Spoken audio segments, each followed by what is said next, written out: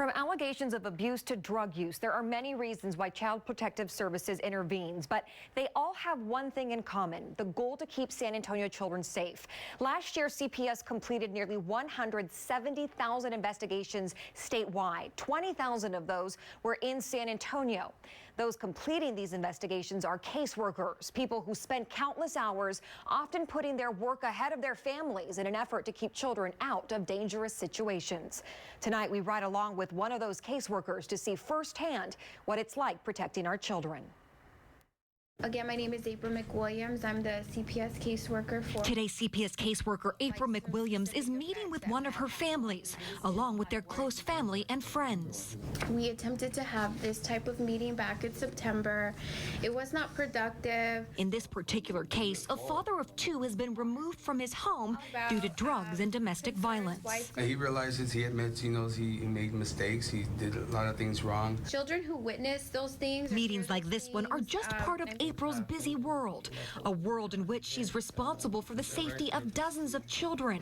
Her days typically begin at 8 a.m. and can go as late as 11 p.m. The majority of my days are typically in my car. It's just this constant go, go, go, go, go, go, go. We followed April around for a couple days to see what a CPS worker goes through day in and day out. Today's visit is going to be a closing visit, but not because there's been progress made. It's because Grandma has obtained custody of the children. We cannot show the faces of the families she works with, but it's clear April genuinely cares for them. This circle is for people that you don't want inside of the house, inside of the Yeah, so I want to know who's not allowed inside of the safe house. So I explained to you we're going to close the case, and these are the conditions.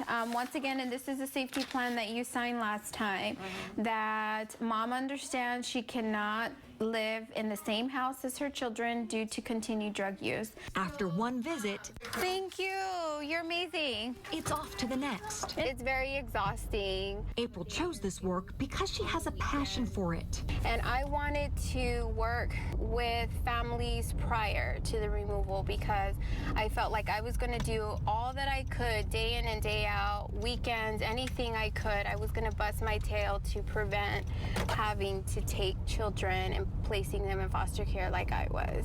As a former foster child herself, April felt as though others made decisions for her. I just want emphasis always to be on their voice.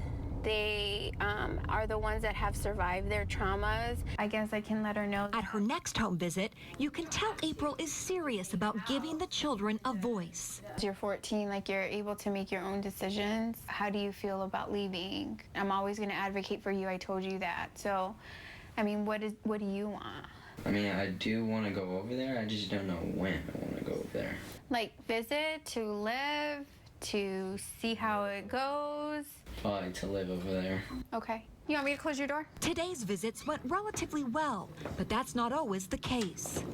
They do get angry, I do get yelled at, I do get cussed at, and that is difficult.